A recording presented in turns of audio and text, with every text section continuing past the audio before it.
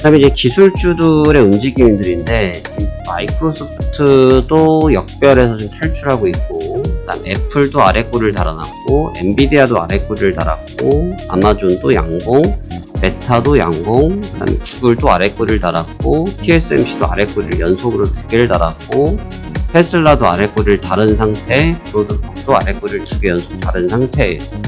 지금 시장을 주도하고 있는 빅테크들이 아래꼬리를 달고 턴어라운드를 하기 위한 시점이기 때문에 1차적인 저점에 대한 시그널은 등장했다라고 평가해도 과도하진 않을 거라고 생각이 들어요.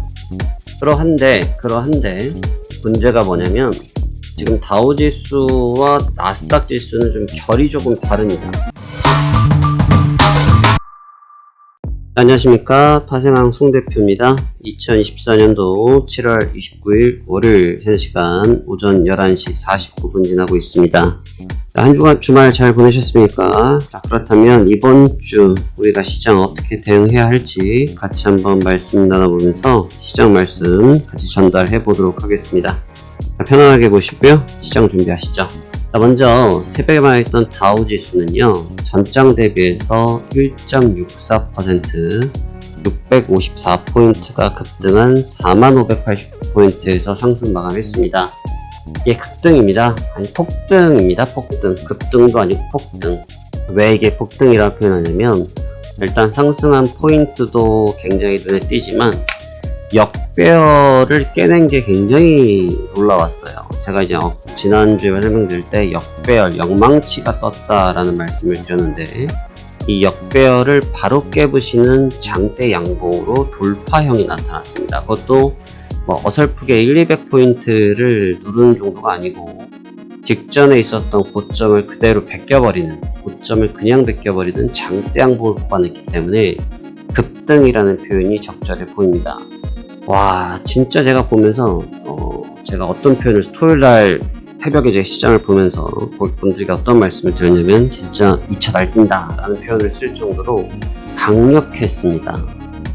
일단 이 상승의 이유를 여러 가지를 대겠습니다만, 뭐 GDP 나왔던 부분들, 일단 시장에 대한 부담감을 확연히 줄여줬던 부분들이 있었고, 그 다음에 이제 빅테크가 좀 부진한 속에서 빅테크를 커버링하고 있는 전통적인 기업들, 제가 일전에 말씀드렸죠.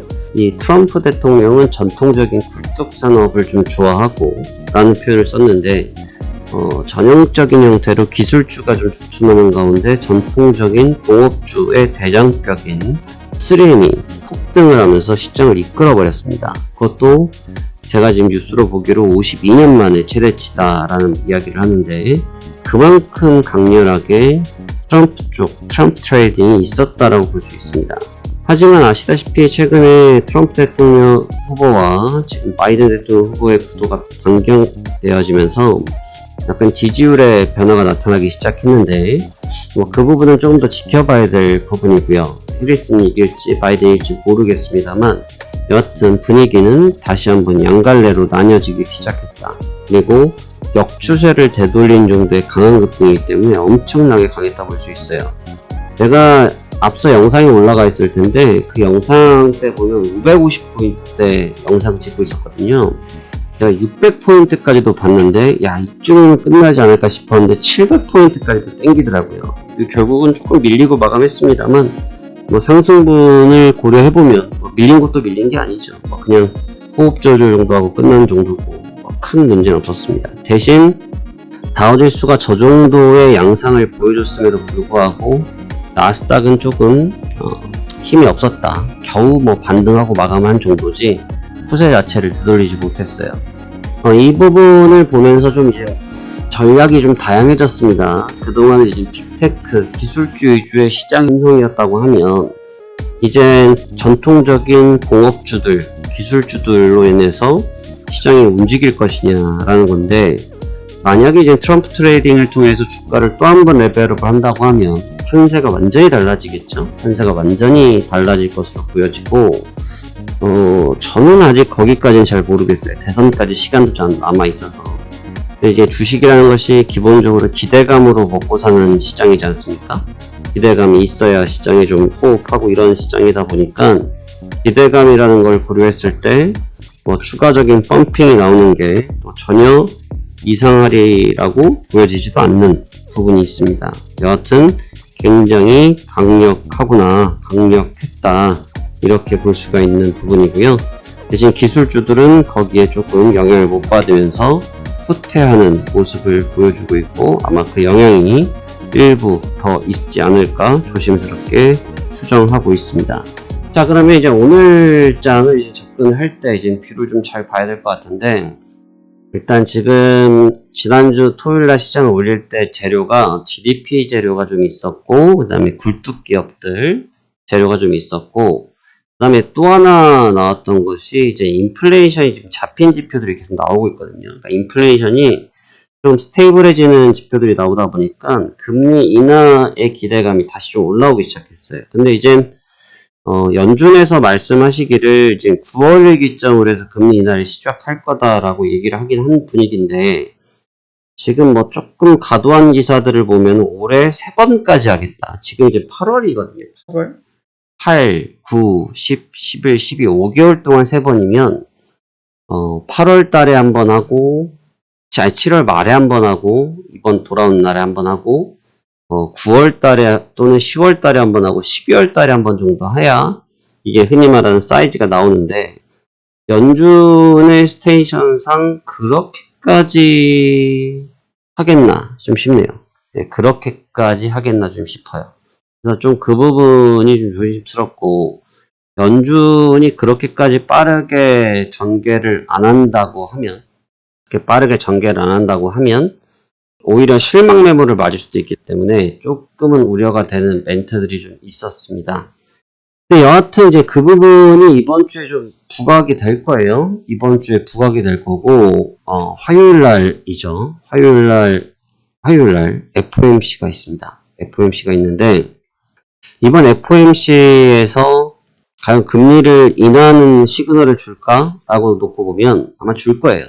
네, 인하 쪽에 가이드라인을 잡고 있고, 최근에 나오고 있는 인플레이션 지표들이 나쁘지가 않아서 아마 방향성 주지 않을까 싶은데, 제가 볼 때는 그걸 준다고 해서 시장이 이미 기대치를 빨아먹은 상태이기 때문에 아마 계속해서 기대치를 흡수하기에는 조금 무리는 있지 않을까라고 저는 개인적으로 생각하거든요. 그래서 지금 기대감으로 올라온 주가가 오히려 역효과가 날 가능성도 대비하는 것이 맞다고 보여집니다.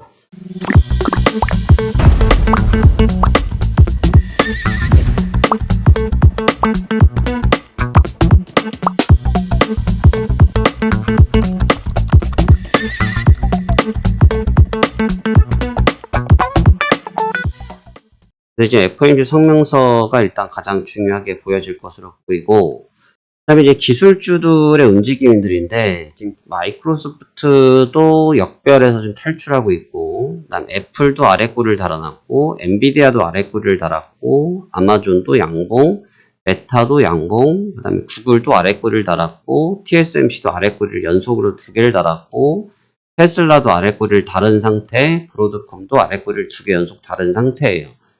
지금 시장을 주도하고 있는 빅테크들이 아랫꼬리를 달고 턴어라운드를 하기 한 시점이기 때문에 1차적인 저점에 대한 시그널은 등장했다라고 평가해도 과도하진 않을 거라고 생각이 들어요. 그러한데 문제가 뭐냐면, 지금 다우지수와 나스닥 지수는 좀 결이 조금 다릅니다. 그러니까 결이 왜 좀 다르냐면, 일봉으로 좀 비교를 해보시면 나스닥은 우리가 흔히 말해서 꽂혔다고 하죠. 위에서 아래로 수직으로 90도 낙하를 했어요. 근데 이제 다우지수는 낙하 속도가 크지도 않고 지지를 받았어야 될 구간들, 직전 저점들에서의 지지 레벨들이 형성했기 때문에 투심이 완전히 망가지질 않았어요. 그러니까 투심 붕괴가 이루어지지 않았다고 말씀드려도 좀 과도하지 않을 거예요. 그러니까 투심이 완전히 부러지지 않았기 때문에 생각보다는 다우지수 쪽은 좀 견조할 수밖에 없었죠. 근데 이제 문제는 나스닥은 보시다시피 고가에서 완전히 쏟아져 버린 상태 돼서 투심이 최악입니다. 투심이 최악이에요. 투심이 너무 좋지 못해서 완전히 쏠려버린 단계가 됐습니다. 그러니까 완전히 밑으로 쏠려버린 단계가 되다 보니까 부담이 좀 많죠. 부담감이 좀 많습니다. 그래서 지금 다우지수 쪽 역배에 비해서 나스닥은 투심이 좀 많이 깨지다 보니까 오늘 아침 시가에서의 기술적 반등까지는 잘 하더라고요. 오늘 아침 시가에 한 이후에 바로 쉬지도 않고 바로 반등을 해버려서 저도 현재 매매를 못하고 있어요.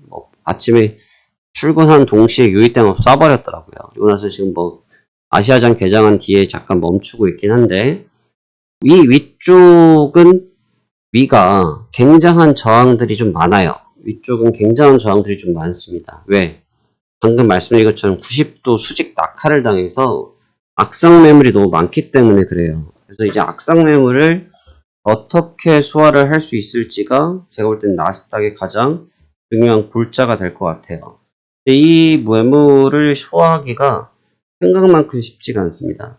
지난주도 오버슈팅 작전을 쓰면서도 이 오버슈팅이 쉽게 못 나왔거든요. 근데 그럴 수밖에 없는 것이 너무나 매물의 구조가 안 좋아요.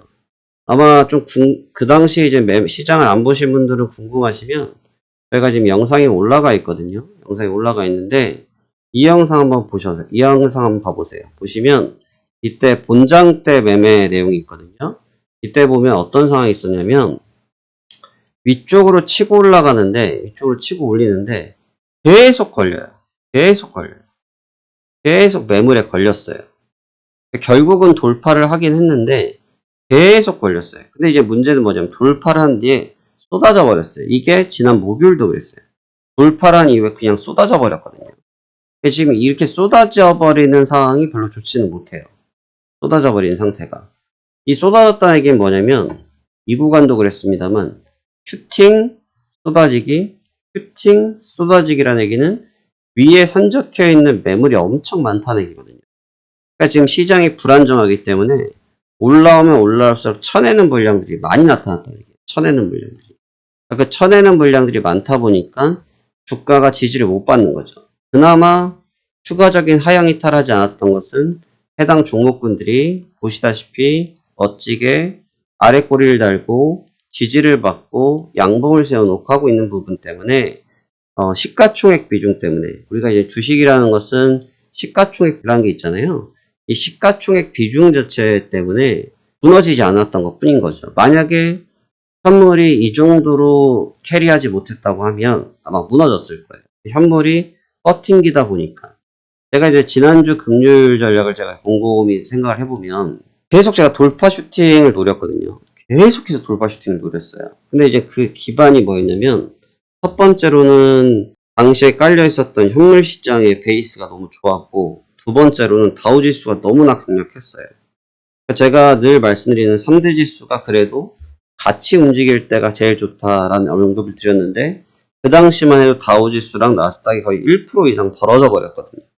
결국은 그 이격도를 맞추는 시도를 할 수밖에 없다라고 판단했기 때문에 밀어붙였고 밀어붙인 게 이제 결과적으로 이기는 결과를 줬지만 오늘 그렇게 하라고 그러면 지금 위치는 못해요. 왜냐하면 첫 번째로는 현재 시간대는 프리마켓 시간이잖아요. 현재 시간대는 프리마켓 시간이라 주간장은 야간과 다르게 현물의 뒷받침이 좀 약해요. 물론 지금 시간대도 현물들이 트레이딩 되고 있긴 하지만 현물들의 지지력이 굉장히 강하지를 못해요. 지금 미국 본장 때보다. 그러니까 지금 이 시간대는 어설프게 지금처럼 슈팅이 잘못 걸려 있으면 매물을 한 대 맞아버리면 그냥 밀려버리는 악순환이 나올 수가 있거든요. 근데 여기서 또 하나는 뭐냐면 그러면 이제 여기서 매도 쪽으로 따라와도 되지 않겠냐를 하실 수 있거든요. 그것도 기술 중에 하나. 그래서 저도 아까 전에 드린 얘기가 기습적인 매도 전략을 쓸 수도 있습니다 라고 말씀을 드렸거든요. 근데 기습적으로는 그 전략을 쓸 수는 있어요. 기습적으로. 그런데 말 그대로 기습적인 정도의 전략이에요. 그 이상으로는 쓰기가 어려운 게 텐션이 좋아서 반발력이 지금 좋은 상태거든요. 자칫하면 반발력으로 더 밀고 올라가는 수가 나올 수 있다 이거죠. 그렇기 때문에 현재는 이 정도의 가격을 좀 줘버린 직후는 조금 스테이블하게 기다려주는 것도 정답이라 생각이 들고 저도 지금 이 시간대는 매매 전략을 구사하지 않고 있어요. 곧 매매 전략을 오후장에는 써볼 생각인데 아마 매물을 한번 소화하는 과정들 지금 아시아장들이 좀 펌핑돼 있어서 아시아장들의 영향을 좀 받고 있긴 한데 이 영향들이 좀 사그라드는 시점이 됐을 때 한번 활용을 해볼 계획을 가지고 있다 이렇게 생각해 보시면 될 것 같습니다. 오늘장 분위기 자체는 일단 나쁘진 않은 것 같아요. 오늘장 분위기 자체는 나쁘지 않은 것 같은데 이 구간들에 놓여져 있는 이 두터운 매물을 저는 단숨에 넘기에는 좀 저항이 있다라고 보여지기 때문에 매물 소화는 충분히 필요하다 보여지고, 그 다음에 좀 시장이 이제 이런 것 같아요. 그러니까 시장에 뭐가 있냐면, 고점일 때는 그냥 이제 파란만장한 그런 화려한 이야기들이 계속 반복됐잖아요. 근데 이제 시장이 좀 무너지고 나니까 또 이제 안 좋은 얘기들로 반복이 되거든요. 안 좋은 이야기들로 반복이 되고. 근데 안 좋은 이야기들로 반복이 되고 있는데, 또 하나는 지금 이제 거기서 이제 흔히 말하는 희망찾기 놀이죠. 희망찾기 놀이라 해서 시장에 조금 기대될 만한 내용을 지금 계속 말을 갖고 오기 시작했어요. 그래서 뭐 연준이 9월 달에 금리 인하를 할 것에 대해서 이번 FOMC, 7월 말 FOMC에서, 미국 시간으로 8월 1일이네요. FOMC에서 아마 신호를 주겠지라는 기대를 하거든요. 근데 이 기대가 아니라 아마 연준은 이번 FOMC에서 금리 인하에 대한 시그널을 줄 확률이 아주 높겠죠. 최근의 기조를 봤을 때 사람들의 말이 아니고 경제 지표나 연준 인사들이 하신 말씀을 보면 아마 금리 인하를 할 기조를 줄 확률이 너무 높아요. 근데 그것도 이미 노출된 재료잖아요. 이미 시장에 그 재료들이 다 노출됐단 말이에요. 근데 노출된 재료인데 그 노출된 재료 때문에 계속해서 시장이 거기에만 빠져 있다고 하면 시장이 그거를 새로운 상승 모멘텀으로 삼을 확률이 있을까요? 저는 없다고 보거든요. 저는 그 부분이 굉장히 적을 거라고 생각이 듭니다.